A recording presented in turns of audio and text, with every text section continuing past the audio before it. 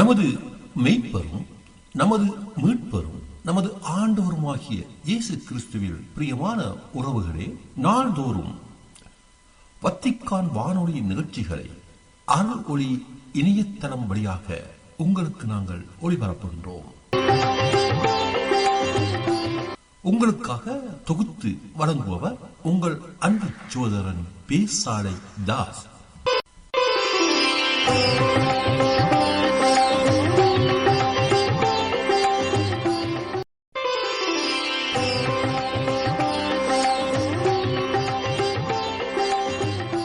லவ்தேத்து இயேசுஸ் கிறிஸ்துஸ். இயேசு கிறிஸ்துவுக்கு புகழ். தமிழ் கூறும் நல்லுலகில் வாழும் அனைத்து அன்புள்ளங்களுக்கும் வத்திக்கான் வானொலியின் வணக்கம். இறைவன் உங்கள் உள்ளத்தையும் இல்லத்தையும் தன் அன்பாலும் அருளாலும் அமைதியாலும் இன்றும் என்றும் நிரப்புவாராக.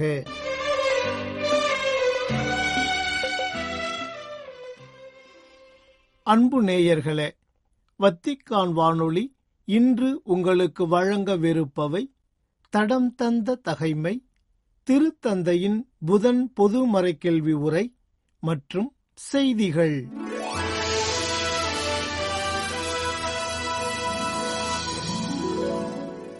தடம் தந்த தகைமை. விதை இறை வார்த்தை.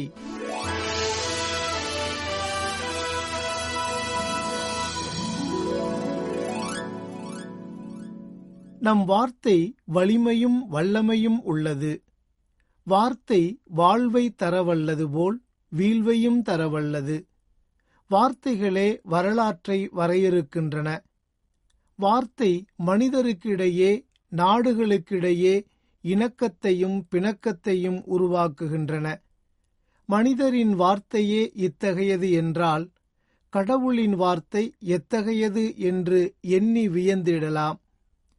இறைவார்த்தை என்னும் விதையாலே இப்பிரபஞ்சம் விருட்சமானது என்பதை விவிலியம் விவரிக்கின்றது.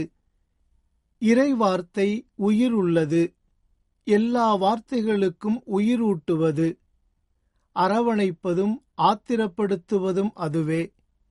இரங்குவதும் ஈனர்களை எச்சரிப்பதும் அதுவே. உணர்வூட்டுவதும் ஊதாரித்தனங்களை எதிர்ப்பதும் அதுவே.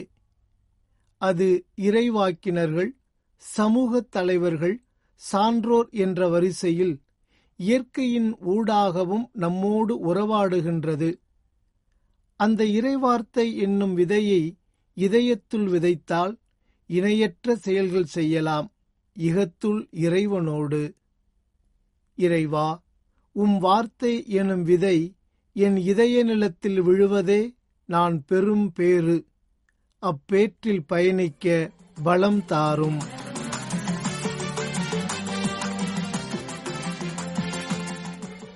திருத்தந்தையின் புதன் பொது மறைக்கல்வி உரை. தூய ஆவியே துணையாளரே, எம்மை நிரப்புமே, வழி நடத்துமே. தூய ஆவியே துணையாளரே, எம்மை நிரப்புமே, வழி நடத்துமே. புதுப்படைப்பாக்கும் புனித ஆவியே, பரிசுத்தமாக்கும் தூய ஆவியே. புதுப்படைப்பாக்கும் புனித ஆவியே, பரிசுத்தமாக்கும் தூய ஆவியே, தூய ஆவியே. ஜனவரி 28 புதன்கிழமை வத்திக்கானின் திருத்தந்தை புனித 6ஆம் பவுலரங்கம் ஏறக்குறைய 7000க்கும் மேற்பட்ட திருப்பயணிகளால் நிறைந்திருந்தது. சரியாக காலை 10 மணிக்கு தனது புதன் பொதுமறைக்கல்வி உரையை தொடங்கினார் திருத்தந்தை 14ஆம் லியோ. இறை வெளிப்பாடு குறித்த 2ஆம் வத்திக்கான் பொதுச்சங்கத்தின் ஆவணத்தின் தொடர்ச்சியாக திருமறை நூலிற்கும் பாரம்பரியத்திற்கும் இடையிலான உறவு என்ற தலைப்பில் தனது சிந்தனைகளை பகிர்ந்து கொண்டார் திருத்தந்தை. முதலில் யோவான் நற்செய்தியிலிருந்து இறைவார்த்தைகள் ஆங்கிலம் மற்றும் பல்வேறு ஐரோப்பிய மொழிகளில் வாசிக்கப்பட்டன. இப்போது வாசகத்திற்கு செவிமடுப்போம். அக்காலத்தில் இயேசு தன் சீடர்களிடம் கூறியதாவது: உங்களோடு இருக்கும்போதே இவற்றையெல்லாம் உங்களிடம் சொல்லிவிட்டேன். என் பெயரால் தந்தை அனுப்பப் போகிற தூயாவியாராம் துணையாளர் உங்களுக்கு அனைத்தையும் கற்றுத்தருவார். நான் கூறிய அனைத்தையும் உங்களுக்கு நினைவூட்டுவார் என்றார். அன்பர்களே, இறைவார்த்தை வாசிப்பிற்கு பிறகு திருத்தந்தை தனது புதன் பொதுமறை கேள்வி உரையை தொடங்கினார். Proseguendo nella lettura della Costituzione conciliare Dei Verbum sulla divina rivelazione, oggi riflettiamo sul rapporto tra la Sacra Scrittura e la tradizione. Possiamo prendere come sfondo due scene evangeliche. Nella prima, che si svolge nel cenacolo, Gesù nel suo grande discorso testamento rivolto ai discepoli afferma: அன்புள்ள சகோதரர் சகோதரிகளே, காலை வணக்கம். உங்கள் அனைவரையும் அன்புடன் வரவேற்கின்றேன். இறை வெளிப்பாடு குறித்த 2ஆம் வத்திக்கான் பொதுச்சங்கத்தின் ஆவணம் பற்றிய நமது சிந்தனைகளின் தொடர்ச்சியாக இன்று நாம் திருமறை நூலிற்கும் பாரம்பரியத்திற்கும் இடையிலான உறவை பற்றி சிந்திக்கின்றோம். 2 நற்செய்தி காட்சிகளை நாம் பின்னணியாக எடுத்துக்கொள்ளலாம். முதலாவதாக, மேல்மாடி அறையில் இயேசு சீடர்களுக்கு வழங்கிய தனது சிறந்த பிரியாவிடை உரையில் இவ்வாறு கூறுகிறார்: உங்களோடு இருக்கும்போதே இவற்றையெல்லாம் உங்களிடம் சொல்லிவிட்டேன். என் பெயரால் தந்தை அனுப்பப் போகிற தூயாவியாராம் துணையாளர் உங்களுக்கு அனைத்தையும் கற்றுத்தருவார். நான் கூறிய அனைத்தையும் உங்களுக்கு நினைவூட்டுவார். மேலும் உண்மையை வெளிப்படுத்தும் தூயாவியார் வரும்போது அவர் முழு உண்மையை நோக்கி உங்களை வழிநடத்துவார். அவர் தாமாக எதையும் பேச மாட்டார், தாம் கேட்பதையே பேசுவார். வரப்போகிறவற்றை உங்களுக்கு அறிவிப்பார். அதற்கு பதிலாக 2வது காட்சி நம்மை கலிலேயா மலைக்கு அழைத்துச் செல்கிறது. உயிர்த்தெழுந்த இயேசு சீடர்களுக்கு தோன்றினார். அவர்கள் வியப்பும் சந்தேகமும் கொண்டனர். மேலும் அவர்களுக்கு ஒரு கட்டளையை கொடுக்கிறார் இயேசு: நீங்கள் போய் எல்லா மக்களினத்தாரையும் சீடராக்குங்கள். தந்தை, மகன், தூய ஆவியார் பெயரால் திருமுழுக்கு கொடுங்கள். நான் உங்களுக்கு கட்டளையிட்ட யாவையும் அவர்களும் கடைப்பிடிக்கும்படி கற்பியுங்கள். இந்த 2 காட்சிகளிலும் கிறிஸ்து பேசிய வார்த்தைக்கும் பல நூற்றாண்டுகளாக அது பரவுவதற்கும் இடையிலான நெருங்கிய தொடர்பு தெளிவாக தெரிகின்றது.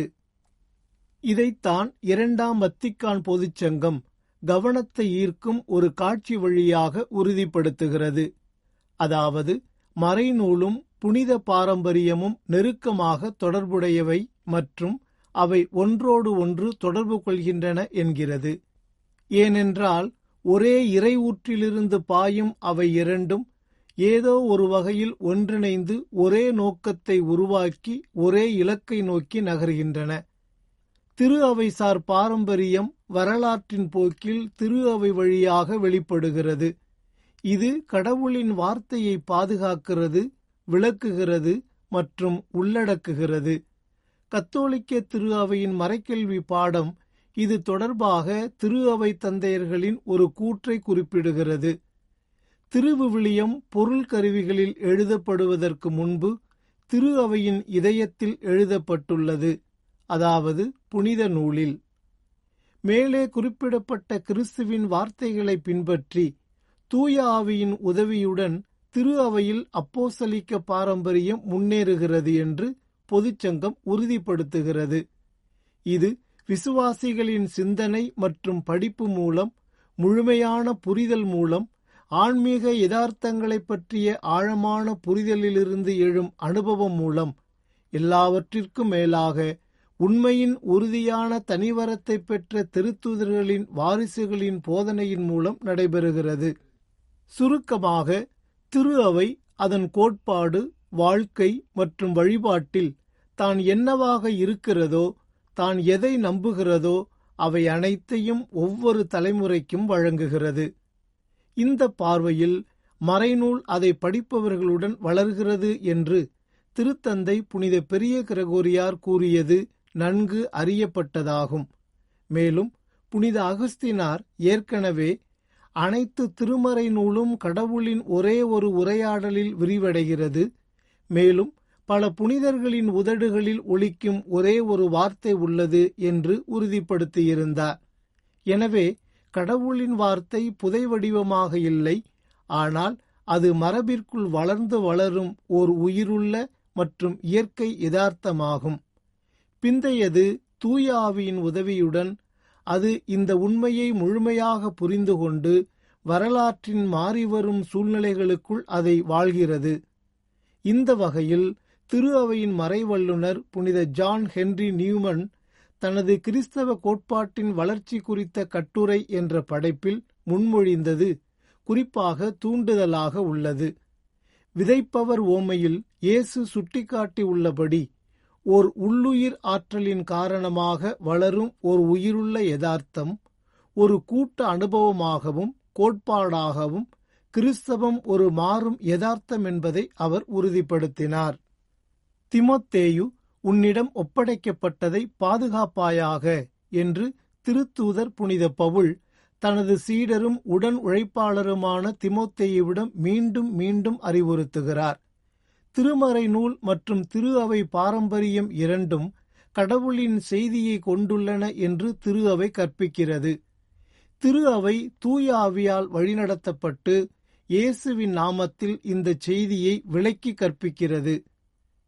பாதுகாப்பு என்பது முதலில் ஒரு சட்டப்பூர்வ சொல். அதை பெறுபவர் அதை பாதுகாத்து மாற்றமின்றி அனுப்ப வேண்டும். இந்த நோக்கில் பாதுகாத்துக் கொள்வது என்பது நம்பிக்கை. கடவுளுடைய வார்த்தையின் பாதுகாப்பு இன்றும் திரு அவையின் கைகளில் உள்ளது. மேலும் நாம் அனைவரும் நமது பல்வேறு திரு அவைசார் பணிகளில் வரலாற்றின் சிக்கலான தன்மை மற்றும் மனித இருப்புக்கு மத்தியில் நமது பயணத்திற்கான ஒரு வழிகாட்டும் விண்மீனாக அதன் ஒருமைப்பாட்டில் தொடர்ந்து அதை பாதுகாக்க வேண்டும். இறுதியாக, அன்பான சகோதரர் சகோதரிகளே, திருமறை நூல்கள் மற்றும் பாரம்பரியத்தின் பின்னி பிணைப்பை உயர்த்தும் இறை வெளிப்பாட்டை மீண்டும் ஒருமுறை கேட்போம். அவை மிகவும் இணைக்கப்பட்டு ஒன்றோடு ஒன்று சேர்க்கப்பட்டுள்ளன என்று அது உறுதிப்படுத்துகிறது. ஒன்று மற்றொன்று இல்லாமல் நிற்க முடியாது.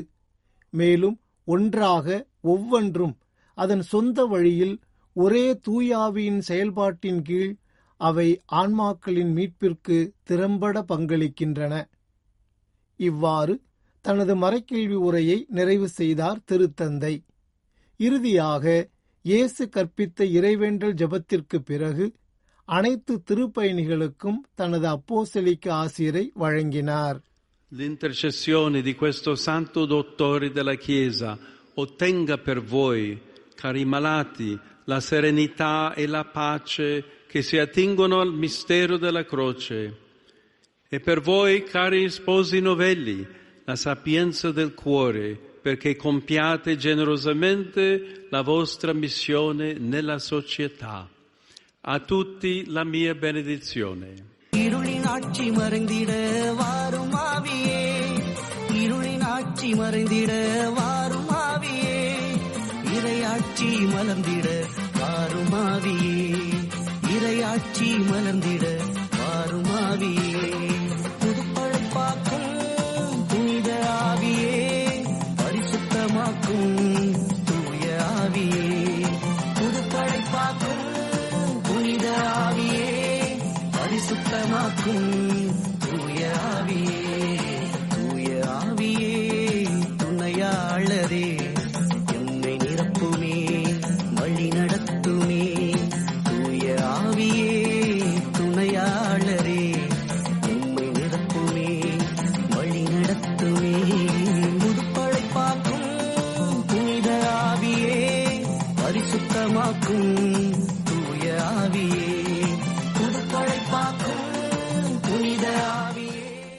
அன்பு நேயர்களே, இந்நேரம் வரை நீங்கள் கேட்டு மகிழ்ந்தது திருத்தந்தையின் புதன் பொதுமறை கேள்வி உரை.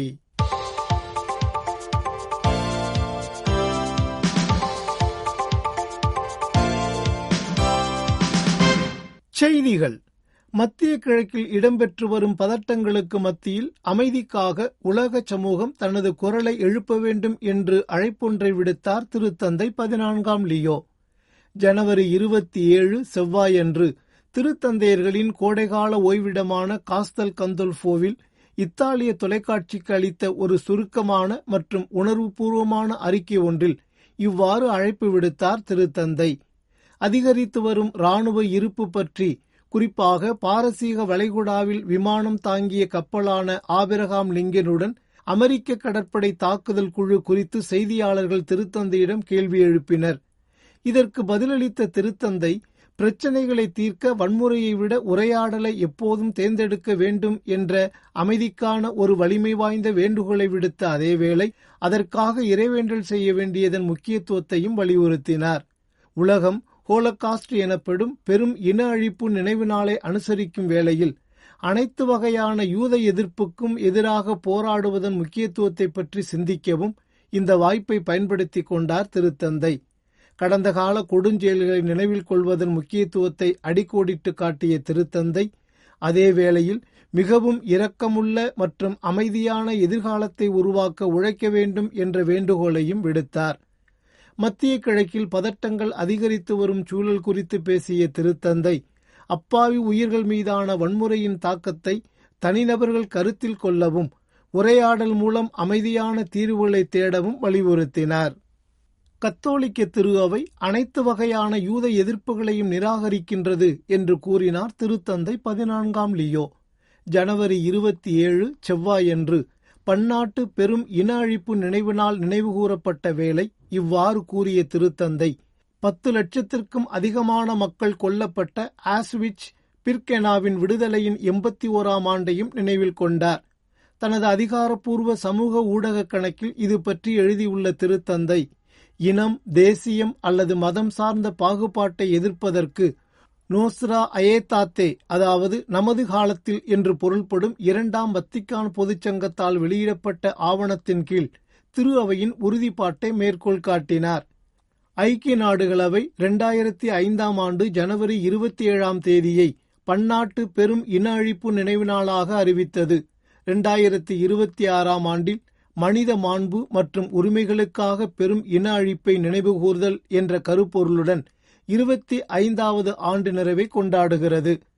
நியூயார்க்கிலும் பிற இடங்களிலும் உள்ள ஐநா தலைமையகத்தில் நடைபெறும் நிகழ்வுகள், தூதரக அதிகாரிகள், பெரும் இன அழிப்பில் உயிர் பிழைத்தவர்கள் மற்றும் பொதுமக்களை ஒன்றிணைத்து பாதிக்கப்பட்டவர்களை கௌரவிக்கவும் உயிர் பிழைத்தவர்களின் சாட்சியங்களை பாதுகாக்கவும் உதவுகின்றன.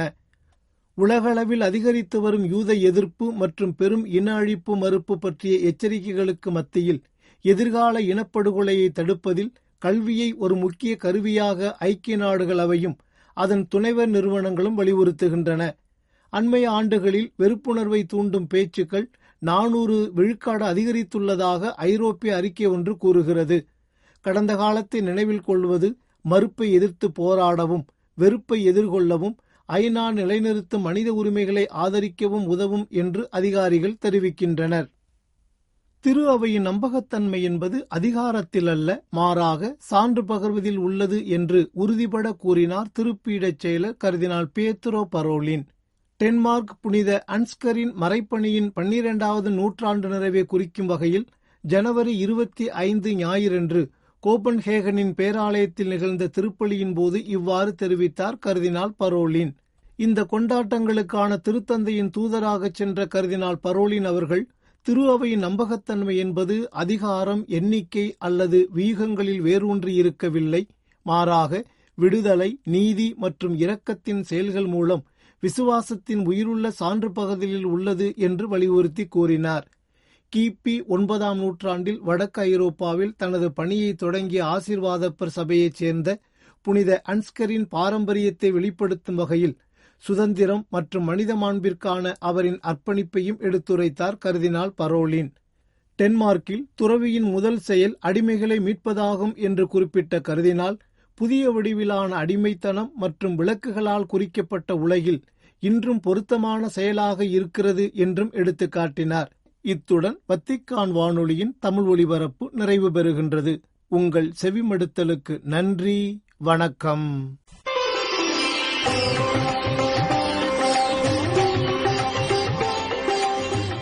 இதுவரையில் நீங்கள் செவியுற்றது வத்திக்கான் வானொலியின் இன்றைய நிகழ்ச்சிகள். மீண்டும் மற்றொரு வத்திக்கான் வானொலி நிகழ்ச்சியில் உங்கள் அனைவரையும் சந்திக்கும் வரை அன்பு விடைபெற்றுச் செல்வது உங்கள் அன்பின் பேசாலை தாஸ்.